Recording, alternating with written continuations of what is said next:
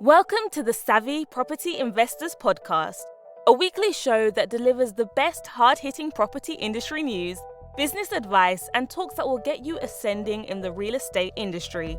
Now, here's your host, the amazing award-winning property and business coach, best-selling author, and serial entrepreneur, Miss Sapphire Gray.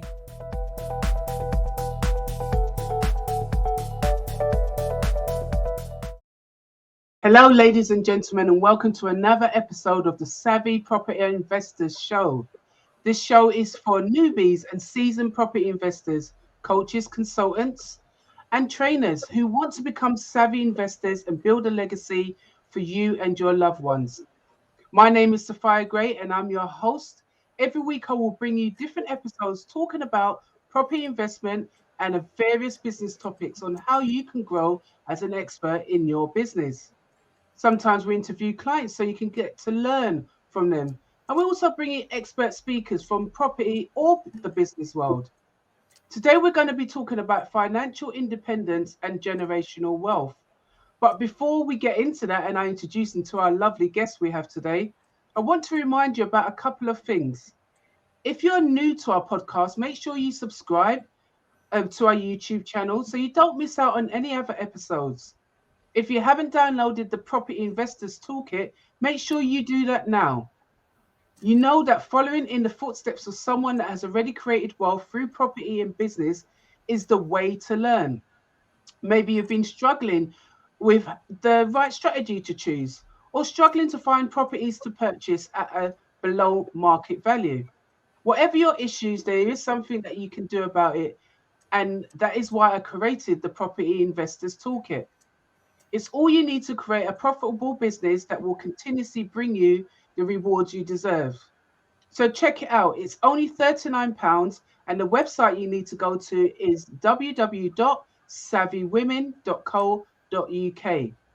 If you scroll down in our show notes, you can also find a link to this wonderful offer.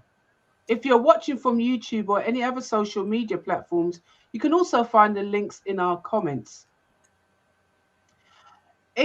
So let's get ahead and introduce you all to our special guest today.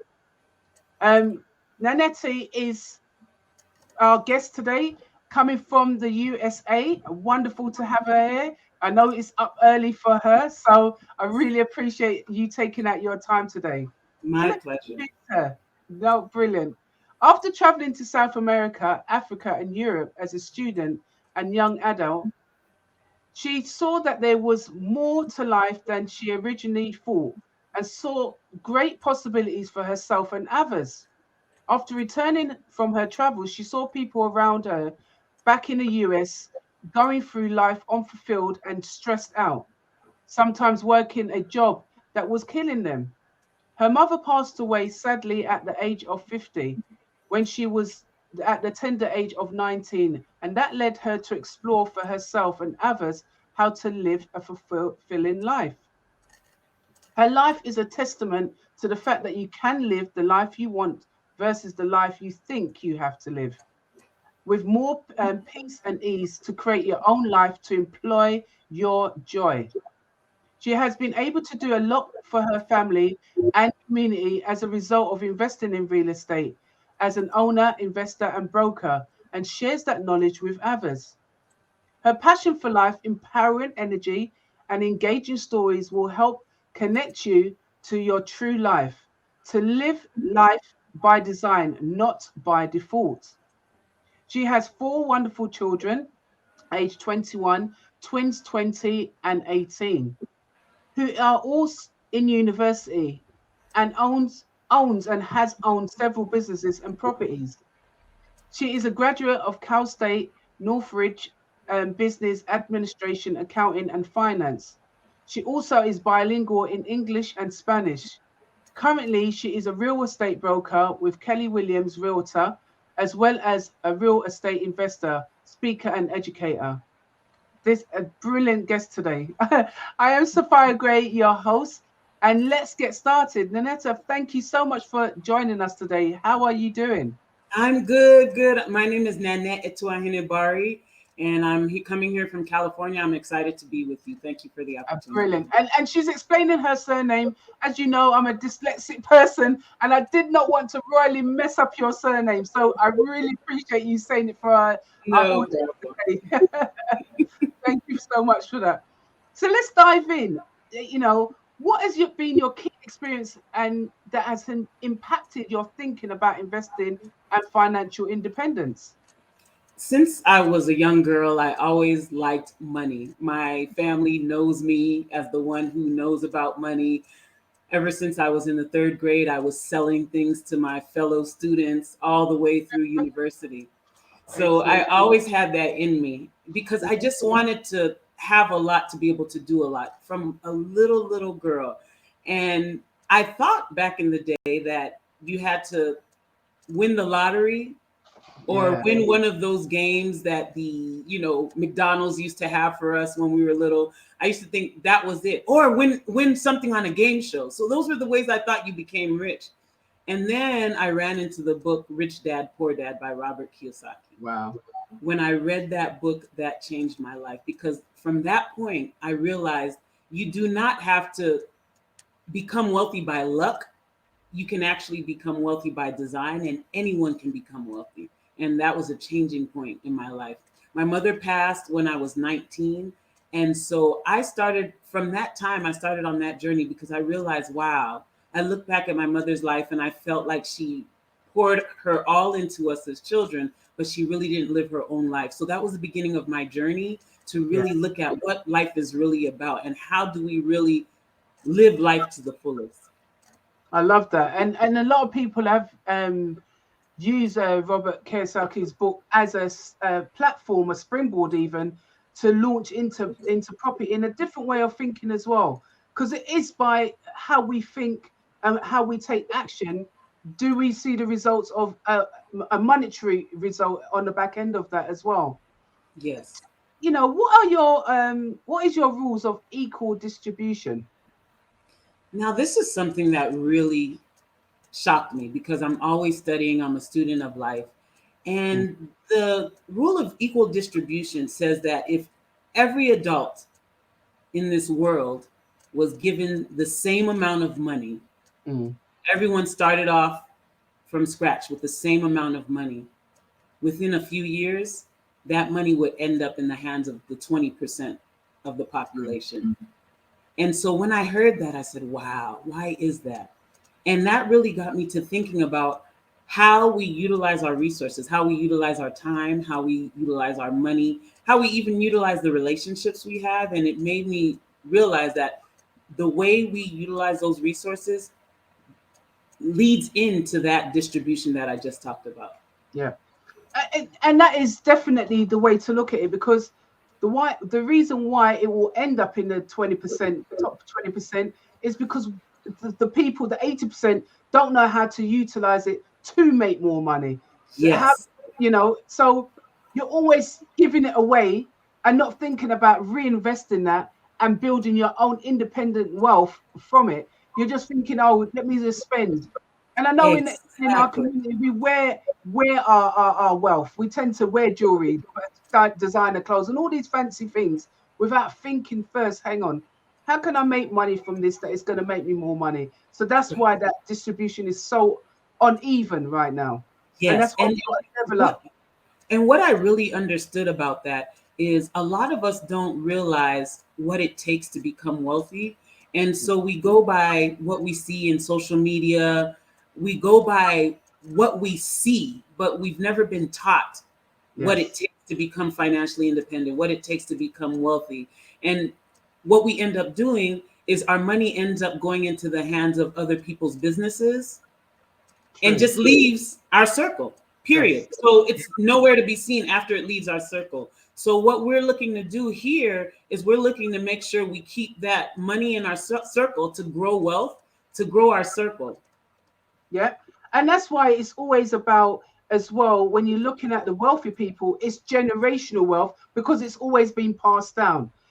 They wouldn't have nothing to pass down if they wasn't keeping replenish that wealth pot, if they weren't able to put into it. And that's what we need to learn, how do we keep on creating this, that we are leaving a legacy for our loved ones with a pot that they can utilize and make more from and continue that down the generations? Yes. And my family's from Ghana. My mother and father are from Kumasi, Ghana. And I wanted to shout out my cousin Barbara Ado. She's the one who introduced me to you, Sapphire. She told me she'd been following you, and she said, I think you should follow up with her. And I did, and that's why I'm here. So Ghana, Thank you very much. I found out recently, because I've been researching, my great grandmother and those before me.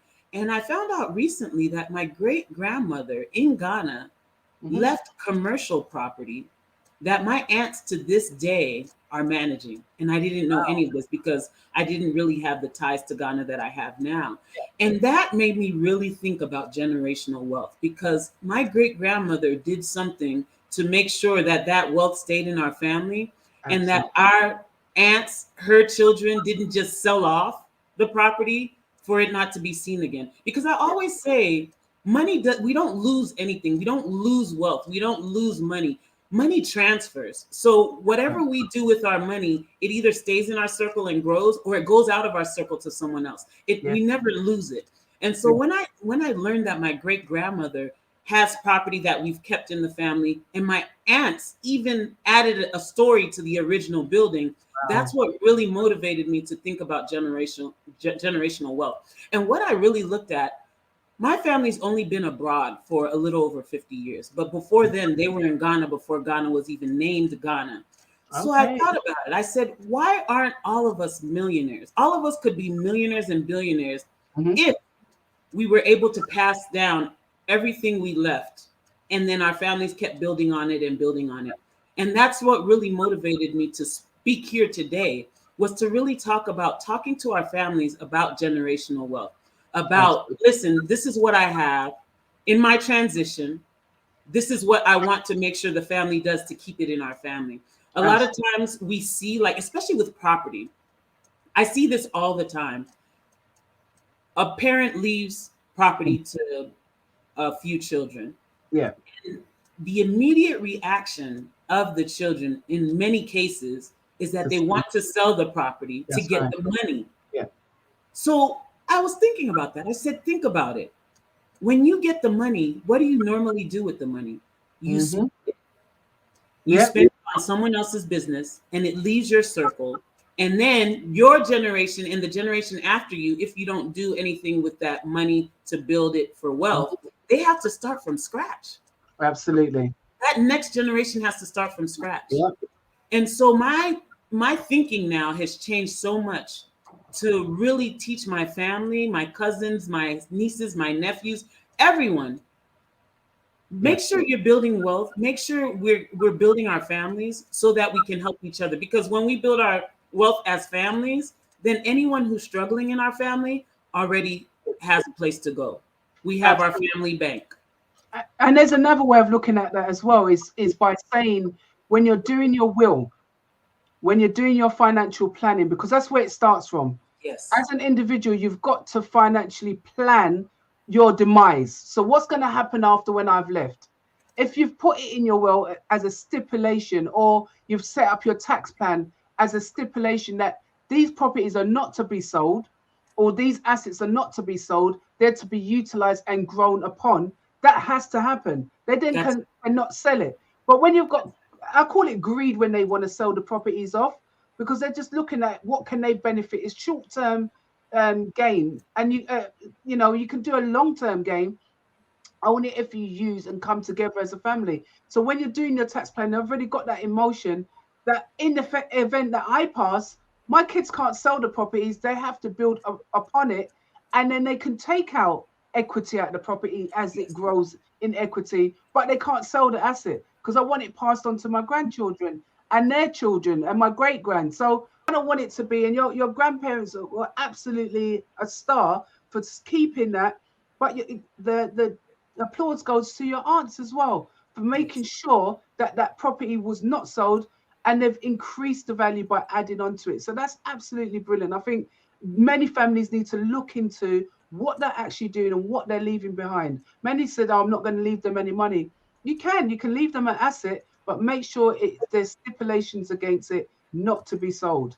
Yes. Now, even one step further, because I've been really studying this and looking into how I can apply it to my life, I also sit down with my children regularly to talk about what I have. In our communities, that's one thing that's not done enough. True. We don't talk about what we have. Like a lot of us are taught. My parents didn't talk to me. It was none of my business to know what they owned. Yes, true. And we only find out everything after they die, and it's too late by then. So because I learned that lesson, my mother, when she passed, we lost 3 properties transferred out of our family into someone else's hands because there was no planning. So what I've done as a result of that is I speak to my children all the time about what I have. They even, when they're living with me, I have 2 sons living with me now in school, I have them pay my bills. I have them pay my mortgages. I have them pay my utilities. I want them to know everything I have. And meanwhile, I'm working anyway. So we work as a family to manage our household economy. So that's one thing I've done to go the next level, to make sure that whenever I transition, there's a smooth transition. Absolutely. Too many times we have so much chaos during that funeral because there has not been that constant communication. And I think that's a change of thinking in our communities, that the parents have to involve their children in everything they have. Absolutely. If that's who is going to inherit your wealth, they need to know now. They can't know after the fact because it's too late. Yeah, my daughters know. I have those conversations with my daughters. Yes, it may seem morbid. Yes, it may seem futuristic and no, you're not going anywhere. But if you don't pre-plan, you fail to plan. You know, and then when it comes down to it, they'll be saying, oh, what do we need to do? And also, I love what you said about your children paying, or young adults paying, contributing towards the house. I absolutely agree with that. No child should go out into the world without understanding how to be self-sufficient within the home that they were raised in. If you're not training your kids to pay the bills, to clean the house, what are you expecting to be when they want to go out on their own? How are they going to cope? They're not going to know that they're how to manage the bills, or how to keep a house, how to cook for themselves. I press upon that all the time. When you're growing your children, teach them financially, give them all the tools that they need to go out there and be young, respected, and financially educated young adults, and knowing that this is what we have to do to run our house. Love that. Yes.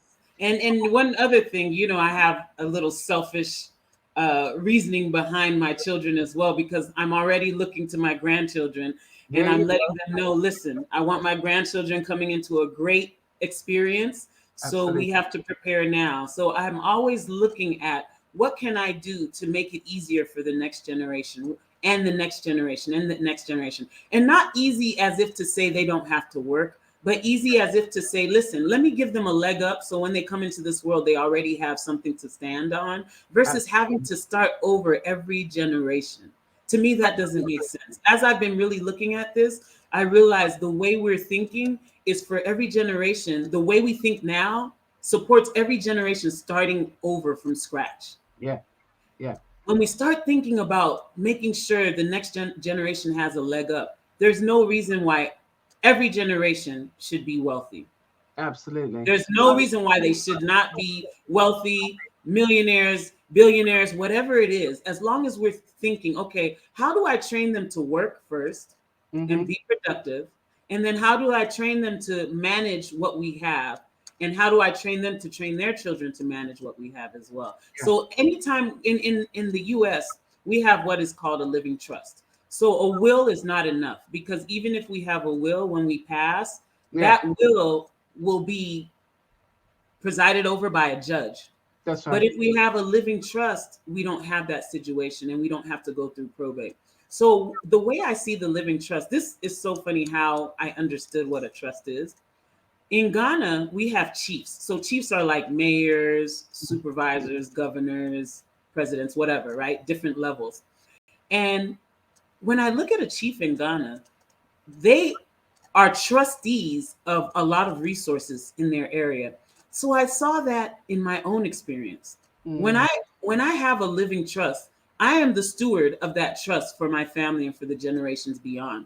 So I have to make sure that the decisions I'm making are in the best interest of my children and their children and so on. And so I really take the trust very seriously. But that's the tool we use in the United States for estate planning, to make sure that when one of us transitions, there's a smooth transition. That's why it's called a living trust. In the US, when we pass, we cannot sign off on anything. So we can't sell, we can't refinance, we can't do any of that because we've passed, right?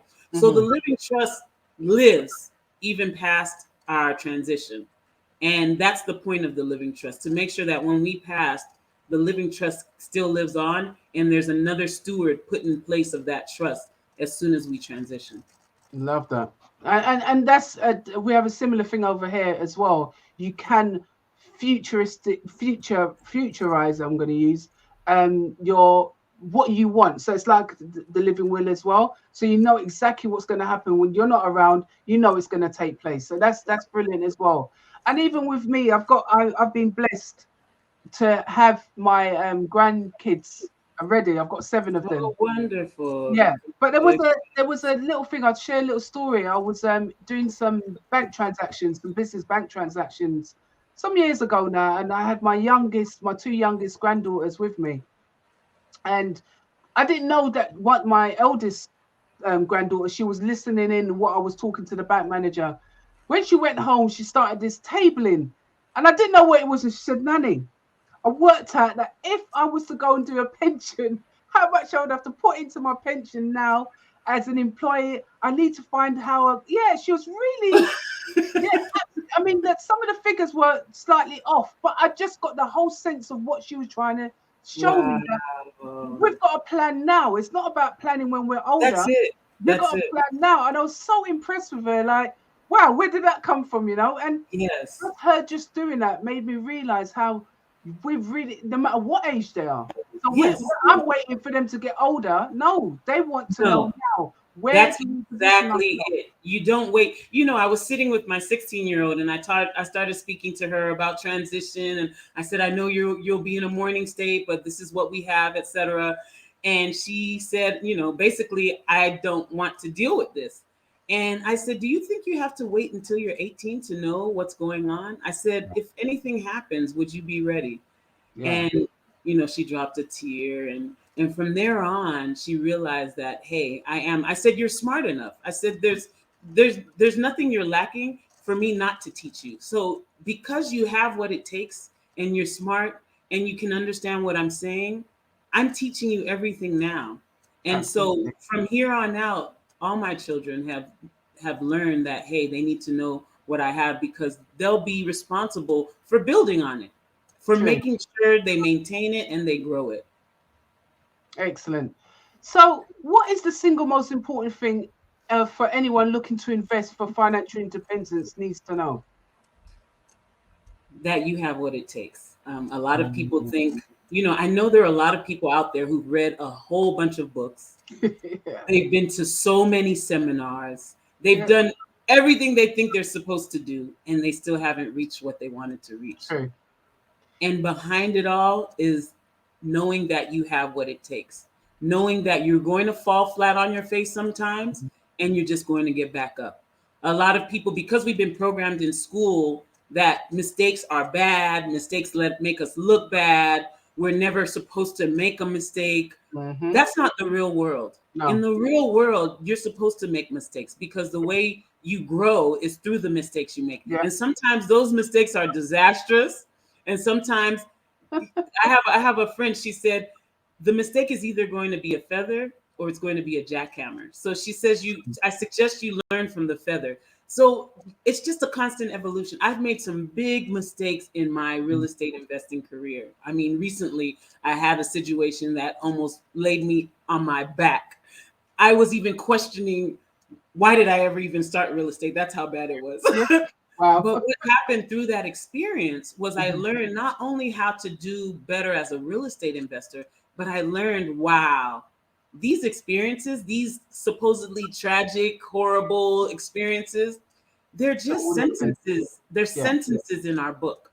That's, as I was going through this whole experience with some tenants that I had challenges with, One day I was walking in the morning and a voice came to me and said, Nannette, you can't even sleep at night. You wake up thinking about this, fear and worry on your mind.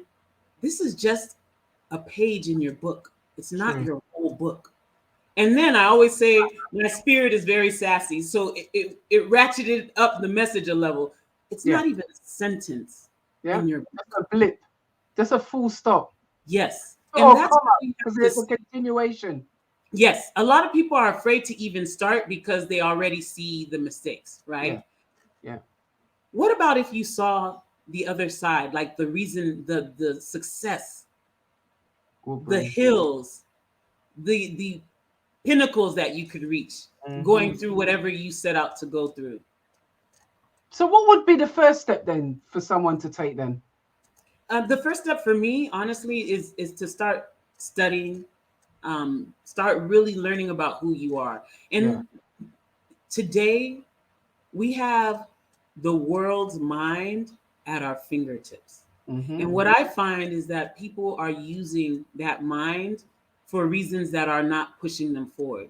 So the first step is get online. There's so many different resources. Look at, we have Miss Sapphire Gray with her own resource. I mean, imagine these are decades of experience, knowledge that you can tap into within a few hours. Why not?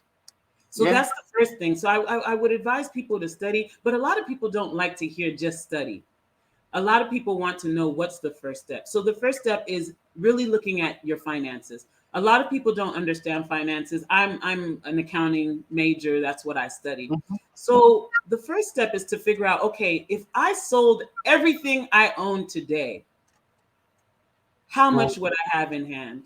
And then if I took everything I sold today and paid off all my debts, what would I have left? That's called your net worth. So I would say figure out where you are now. Like every time we're looking to get somewhere, we know where we're starting from, right? And that's how we figure out where we're going. So I would say know your starting point. Know how much you own in assets. Everything you own, if you sold it today, how much you would make. Know your liabilities, all the debts you owe, and know the difference between the two, because that's your net worth. And then from there, you can set goals. How am I going to grow this net worth? And what avenues, what vehicles am I going to use to grow that net worth? At first, when I started in real estate investing, I thought real estate investing was the answer to everything, not realizing that real estate investing was just a vehicle to get me from where I am to where I would love to go. So when you see real estate investing as a vehicle, the first thing you have to figure out is where am I and where would I love to be? And I suggest that you start studying, how do I become financially independent? I heard Earl Nightingale speak one day, and he said, listen, in the States especially, he said, most of us start our working careers at the age of 25. And we look to retire at the age of 65. And he asked the question, so you mean to tell me in 40 years, we can't figure out how to become financially independent? How to build resources that pay us for the rest of our lives? 40 years. When he said that, I said, wow, I never thought of it like that. And then it made me realize that we never set the goal to become financially independent. We're not even thinking about it. And that's why in 40 years, we don't get it done. If you set the goal to become financially independent, meaning you have properties that are paying you, you have royalties, whatever it is, you have businesses that you don't have to run day in, day out, paying you every day, every month, that pay your bills instead of you having to work to pay your bills, that's financial independence. So I suggest people set that goal and then work backwards from that goal. That's what's going to help you use real estate investing as a tool. Because if you don't know why you're doing this, any little wind can blow you over. Any little challenge, any little obstacle will blow you over because you are not on purpose. Absolutely. And let me kind of do a different, add something to that as well. A lot of people in the property space, investment space, they've got properties. They could be over here. It will be 250, say dollars or pounds, 250,000. They've got 4 of those properties. It's worth £1 million. But they're forgetting that the older financiers, 75% of all of that. And they're not including that. They said, oh, well, yeah, I'm a property millionaire. Actually, you're not. Because as Yes. you just said, if you liquidate those assets today, how much do you have in value, equity value, that will return to you in your bank? And half of the time, it's probably just only 200,000 or 300,000 Yes. you've got. So that doesn't make you a millionaire. You may have £1 million portfolio of value, but that's gross, that's not net. So it's always, I always Exactly. try to educate people when you're building at something, always look on the net value, not the gross value of something, because you'll just confuse yourself. You think, oh yeah, I can liquidate this today and I'm going to end up with this. Well, actually you're not. You need You have more than that to actually say I'm a millionaire or whatever, because then you know that you're going to get that on a return if you liquidate it on a net value. So that's thanks for sharing that as well. I've always had to educate people that it's not because you've got 4 properties worth this amount that you're going to have that's it. £1 million if you sell it. That's not the truth. That's it. That's it. And you know, another thing that I realized, not only the education, but the financial literacy, like the book Rich Dad Poor Dad, that was a great start for me. It Yeah, was very simple. It yeah, was very basic. Rich Dad Poor Dad by Robert Kiyosaki really changed my life because I studied accounting and finance and didn't really understand everything until I read that book. That helped me gel all the knowledge I learned in all the years of university where they were teaching me to work for someone else's company instead of my own. You know, Rich Dad Poor Dad brought it home. So I definitely would recommend that book as well. absolutely. And it's key, it's essential as well when you're looking at doing a business, when you're looking at building in real estate, especially. Look at what others have done before you. Don't just think that you can just jump into it and you're going to get all the knowledge and you're going to make mistakes. And I think mistakes is brilliant, as you just said. I think I wear the badge of mistakes. I've made Yes. mistakes through my journey through business. But I look towards people like Sir Richard Branson and people like that who have also made mistakes, have lost millions, if not billions, in their endeavors. But yet the bounce back came back because they've learned from that. Learning And from also they know they have it within them to overcome anything. Like, absolutely. see, when you go into a venture and you know that no matter what happens, you have what it takes and you're not alone. That's another thing I wanted to share. You're not alone. We have so many brilliant people around us. Look, me and Sapphire, we met through my cousin, Yeah, right? And now we're able to sharpen each other. Iron sharpens iron. that's right. Always surround yourself with people who are doing things, who are progressively realizing their goals, who are constantly working on their goals. And even if a lot of people will say, oh, I don't have anyone around me like that, again, no excuse. We have the world's mind at our fingertips. Absolutely. Even more so now that you could just go and Google's everyone's friends. But there's Yes. a plethora. I mean, even for the last 2 years, so many speakers that was in the States that I wouldn't even have the Yes. opportunity to have gone and seen live. They came online and said, hey, we're sharing our content for Yes. free. If you're not soaking up the content that is out there, if you're not taking it on board, you don't have to take on everything. Take parts that is going to be appropriate for what your journey is on. Read Yes. books that is appropriate for your journey. Like you said, Robert Kiyosaki, it teaches you how to build wealth through investing and how Yes. to do it really well. If Yes. everybody keeps on saying this man is a genius in doing that, they're following those footsteps because everyone speaks about him and highly. I've never heard anyone have anything negative to say, because you Yes. can't say something negative if everyone's doing this, using the same tools and is benefiting from it. So Yes. that's the positive of it. Yes. And you know, another thing I wanted to say was a lot of people get overwhelmed when we share this information. True. Even if you just take an hour a day Yeah. to study whatever you want to study, just an hour a day. In a Yeah. year, in 5 years, you'll become an expert. Do you know people don't touch a book? They don't even learn anything new after they leave Yeah. university, they leave secondary school, they leave high school. A lot of people don't take time to learn something new, and you should always be learning. Always.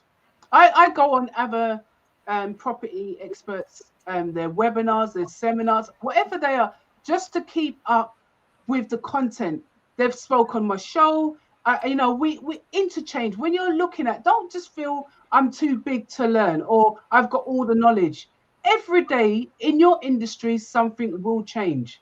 Yes. And then you'll become a dinosaur if you're not up in your skills, if you're not always constantly learning about your industry. It's not just about property, it's about any business that you're in. You've got to constantly want to learn things, because your audience will change over a period of time. Everyone had Yes. to learn to pivot online over the last 2 years. For those that were just offline businesses, it was so hard. It was so stressful. But the moment they learned it, they're not even going back offline now. That's They're it. staying That's online. it. Wow, why didn't I do this before? I can That's connect it. with my audience. It's easy.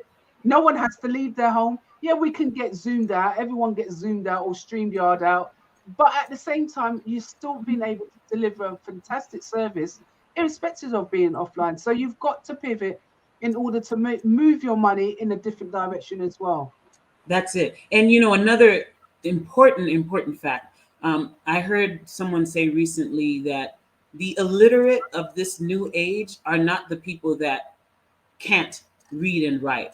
They are the people who cannot learn, unlearn, and relearn. True.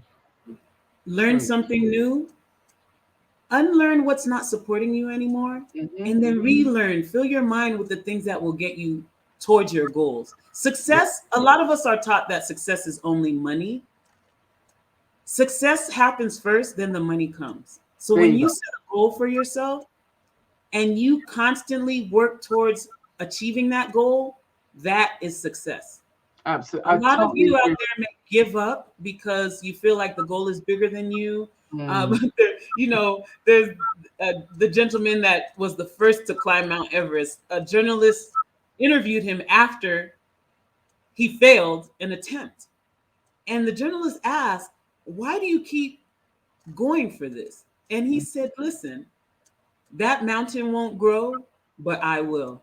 True. So in the process of you achieving your goals, you'll grow, and you have to accomplish the goal in the process. You have to have determination in your, and just, I always say, using positive affirmations, positive words to say, yeah, you've got a can-do attitude. If you've got a can-do attitude, everything in life is possible. Not, I always say, if that person could do it, why can't I? Yes. And I always measure, I don't have to measure myself, but I always say, well, if that person can do it, I can do that.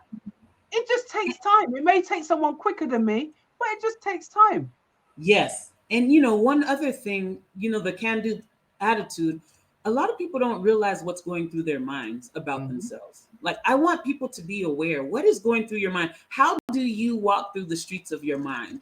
Are you always criticizing yourself? Or if somebody says something to you that you don't like, are you taking it in and internalizing it and say, "Oh my God, yes, they're right. I didn't do this. I didn't do that." Or are you a cheerleader for yourself? Are you saying, "You know what? They may have said that, but you know who you are. You know you're a winner no matter what." Yeah. What are you telling yourself? A lot of people aren't aware of what they're saying to themselves, what's happening in their minds. I say everything happens twice. Everything happens twice. Even this platform we're on right now, Sapphire, it happened in someone's mind first, and True. then it happened in Yeah. physical reality. So True. when you're thinking about yourself, when we talk about a can-do positive attitude, we're talking about, what are you saying about yourself first? Because what you say about yourself first in your mind, you'll see outside in the world. Absolutely. So work on that. Work on that. Yeah. Brilliant. How can you use what you have to make a dent in your plan for financial independence then? Yes, great question. Thank you. So what I said at the beginning was, I said, look at everything you have. Look at everything you own, and if you sold it today, how much would be worth. Let's go behind that. So behind that is what, not only the physical assets you have. Look at your experience, your skills, what you've learned in whatever industry you've been part of. Look at that to see how you can utilize that. Look at the people that you have around you, the knowledge you have around you. Like Sapphire and I here, you have us as part of your circle, right? Yeah. Look at the people you have around you. And once you look at everything you have, not only your physical assets, how can I use those? My money, my time, any resources I have as far as assets, property, books that I've written, anything like that. Look at what you have currently. And then when you set your goal, figure out, okay, how can I utilize all these different things in the process of getting myself closer to my goal? Yeah. I always think as a goal as a destination. So the destination is out there, right? Yeah. So my job is to take a step every day to get closer to that goal. I don't care if it's one footstep, and acknowledge it. Acknowledge it. So when we talk about because a lot of people give up because they don't acknowledge the progress they've made. True. So every day you have to acknowledge, okay, today I did this to get one step closer to my goal. We're impatient. I'm impatient.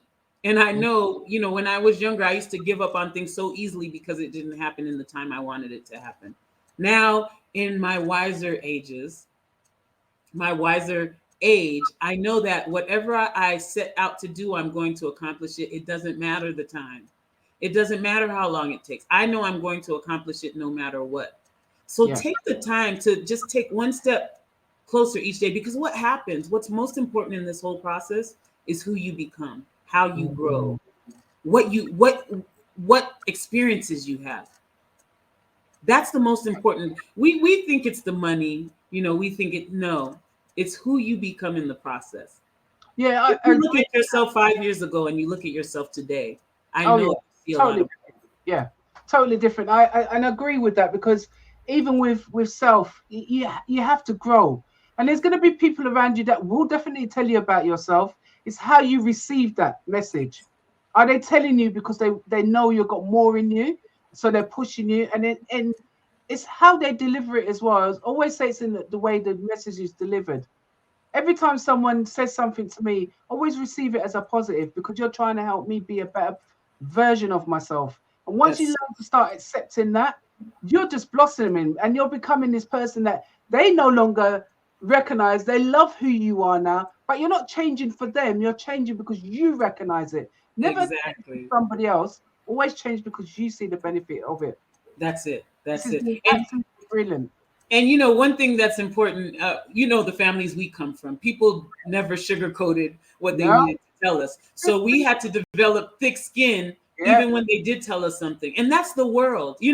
I was looking to protect my children from that as I was raising them. I wanted them to have these great self-esteems, and I wanted them to know who they are. And, so at a point, I realized I'm not toughening them up for this world. Sometimes people are going to say things you don't like, and you still need to know who you are so that it doesn't break you down. And at the same time, take the lessons. Sometimes people, like my father was a perfect example, a Ghanaian from the Ashanti region. The way they talk to you, sometimes they don't even have to touch you and you feel like you're going to die. Right? So I had to learn to listen to my father through however he said whatever he said. It didn't need to be the way I needed it to be. I just needed to know, okay, Nannette, you know who you are. So your father, he has your best interest at heart, even though he's speaking like he's a terrorist. He has your best interest at heart. So I had to learn to take the message from anything he told me, no matter how he said it to me. And at the end of the day, I had to know that no matter what, I'm a 10. Yeah. And that's the thing, is as you become mature in the way you see things and think about things, you look back on your childhood, and like I know how my mom just had to look, not even speak, just a look was the message, and you kind of get used to that, because even now, like with my daughter, she would say, I'm going to tell your nan, and the kids are like, oh yeah, I'm going to behave. So it's that authority figure, and that you respect it, but when you was receiving it, you didn't like it, but no, at all. At all. But now that I'm older, I realize, and even before my father passed, I got to that point where I would listen through all of the stuff, because in the past I'd be like, this crazy guy, I'm not listening to him. He's always negative. He's toxic. Then when I got older, I said, no, that's not the case. He wants the best for you. He may not know how to communicate it the way you want him to communicate it, but at the end of the day, he wants the best for you. So listen to what he's saying through all of the all the layers that you're listening through, So there are people out there. So always make sure, even when people speak to you, and it may not sound positive, it may not sound constructive, you can still get something out of that to help you move forward, to help you build. So anytime my father, because I thought he was toxic at the beginning, I said, no, Nannette, you have to stop looking at it like that, especially as a real estate investor, because he really was not supportive until I made a lot of money on my journey, right? And so I had to start saying, okay, no, let me take my father, let me look at him as my risk manager. So I would say, okay, he's going to always show me the worst things that can happen, right? So let me treat him as my risk manager, and let me take whatever point he's saying and say, okay, how can I address that? How can I hedge that risk instead of just totally discrediting or discounting everything he said? That's a brilliant way of looking at it. That's an absolute brilliant way, because then you're looking at someone that, and it goes to friends and family, other members of the family or friends could have that same attitude. But if you twist it and said, look, like my risk manager, I like that, how you've used that negativity to turn it into a positive. They're saying all of this, all right, then how can I mitigate that risk then? How can I not make that happen? And, you know, oh, brilliant. Absolutely brilliant. You've shared some really good gems, but join us after the break with more insights from Nannette. Like what you hear so far? Make sure you never miss a show by clicking the subscribe button below. Our podcast is only made possible by great listeners. And welcome back. Thank you so much. You know, you've given some brilliant insights so far. The rules of equal distribution, you know, financial independence, the steps towards it. So, you know, what types of investments should anyone start with, in your opinion? I would say at the beginning, just look at, there's so many different investments. I love real estate just because it's available to everyone. I know people are looking at Bitcoin, they're looking at the metaverse, they're looking at NFTs, they're looking at all kinds of things. I chose to stick with real estate just because I know unless camping takes off, housing is always needed. Housing will always be there. And so that's what I chose. And I know that because it's not going anywhere and it's not really a trend. Not that I'm saying everything else is. I just know real estate, it will always be around no matter where you go in the world. And that's what I choose to focus on. So you have to look at what your competencies are. Like I loved real estate because I knew that it was something I could learn no matter what. Like I didn't have to pierce through some kind of veil to figure out what real estate was.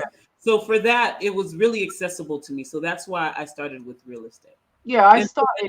That's what I would say. And before that, when you talk about your first steps in investing, like I said, look at your finances first. Start getting to know your finances first. Because if you don't know your finances, and I've had this experience where I've made hundreds of thousands of dollars and spent hundreds of thousands of dollars because I didn't have the financial literacy it took to hold on to the money and to grow it.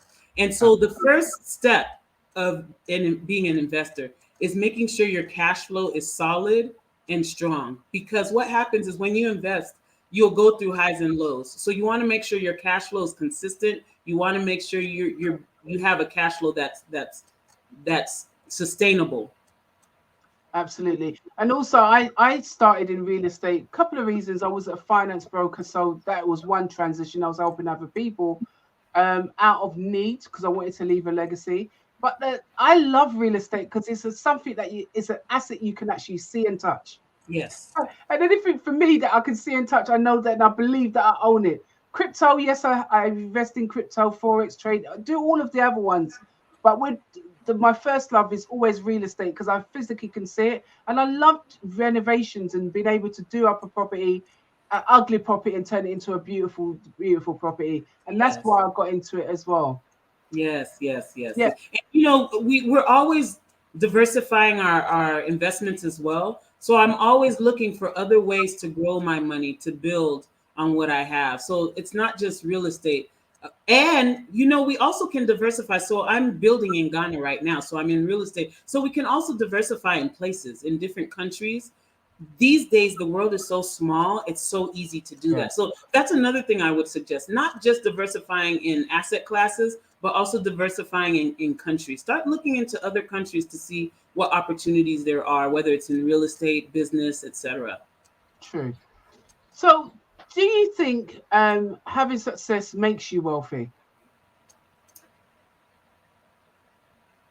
I always say, and I didn't know this till recently, honestly, because we've always been taught that money makes you successful, that Mhm. having money makes you successful. In this stage in my life, I understand that the success comes when you accomplish your goals, Yeah, and the money comes after that. true. And a lot of us give up because there's someone who said, we instead of putting wood, we want the fire to happen and then we'll put in the wood, right? The Yeah, fire is the success, but you have to put the wood into the fire, before you get anything, right? true. So accomplishing your goal is the first step. Like, Mm. really focus on that. I know we have our lives, we have bills to pay. You can do both and realize that this takes work. This It takes really work. does. It This does. takes work. So I want you to know that you even have to grow your muscles in your work ethic, because you may be working a job 40 hours, 50, 60, 70 hours a week, but that's not going to get you your financial independence. So you have to put time aside to figure out, how will I grow this money that I'm making? I was Absolutely. even looking. We're 2 months into the year. I even have to saddle myself and say, okay, let's look at how you spent your money and how much of it went towards your investments. What Yeah, percentage of my money went towards investment? So I'm looking over that for the month of January and February, because I want yeah, to make sure I'm keeping an eye on everything I'm doing. And another piece of advice someone gave me a long time ago was, check your balances every day. Check your bank balances every yeah. day, because the reason you're doing it is just to make sure you're aware of what you're doing with your money. It's not because you're money hungry or you're greedy. Mm-hmm. You want to be aware of how you're using your resources, because this is one of the resources that you can leverage to build huge Mm. assets, great future for yourself, etc. So pay attention to how you're using your money. I always say when it comes to sort of bank accounts and looking at your money, you split your money off into different pods. So if your income comes in on a monthly basis, you've got your personal income, you've got your business income, and then you've got your assets, as I call it, my property income. So I make sure do different quarters and different pods for each of those things. So I know when I'm checking my account, I don't need to check um, the saving element of it, because I know I'm adding to that. I'm adding a percentage every month to that. So Yes, that's going to be growing anyway. But is my business, where's my business pot? What is that looking like? What is my yes, personal? What are my expenditures going out every yes. month? Can I cut that back? Am I spending too much? I mean, I've shared this before. In the last 2 years, I've spent so much money on food I couldn't even understand myself. See I what said, I'm "Well, saying? where's all this food going? What made it difference between the last 2 years and the years before that?" And And I'm and you'll even see that you've gained weight over the time. really a big girl. Going to gain it I've had anymore. the same thing. So it's like really reviewing what's coming in, what's going out, and you're thinking, well, I can definitely cut that. And I've gone back to normality as my normal spend I would do each month, but I couldn't understand this massive rise Yes, in that period of time. And it's things like that. If you don't keep an eye daily, if you don't keep an eye on what you're doing, you're going to spend and then outspend yourself, and then you're going to have minus in your account. I mean, I've yes, never had that situation in over 30 years, touch wood. I've never had where my accounts has gone into minus at all. And I've yes, always been a saver. I'm not yes. mean. I just know how to distribute my money and make more money from that.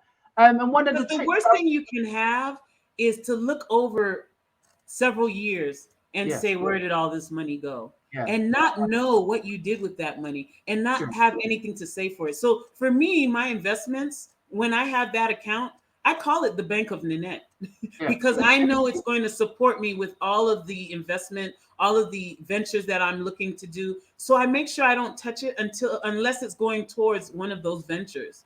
And it Absolutely. has to go through. And let me share one other thing with you, because this is something that I had to overcome. And I know this is a lot of the experience of a lot of people. Hmm. I used to be afraid to put my money into investments because I used to think, this was my paradigm, what if I need the money and I don't have enough for my daily living? So I wasn't putting money into investments because I said, what if I need it for my day-to-day life? Then I realized, wow, if I'm only spending money on my day-to-day life, that money is going into someone else's business. True. And it's not going into my business. Mm. So start thinking outside of the box. You may be afraid to take money out of your day-to-day lifestyle, but you have to, because if not, your money is going towards someone else's business and you'll have nothing to show for it down the line.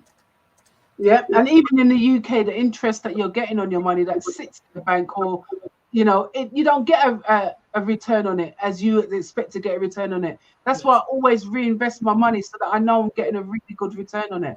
Yes. Finally, what is 3 tips you have to share with our audience about becoming financially savvy, as I would put it?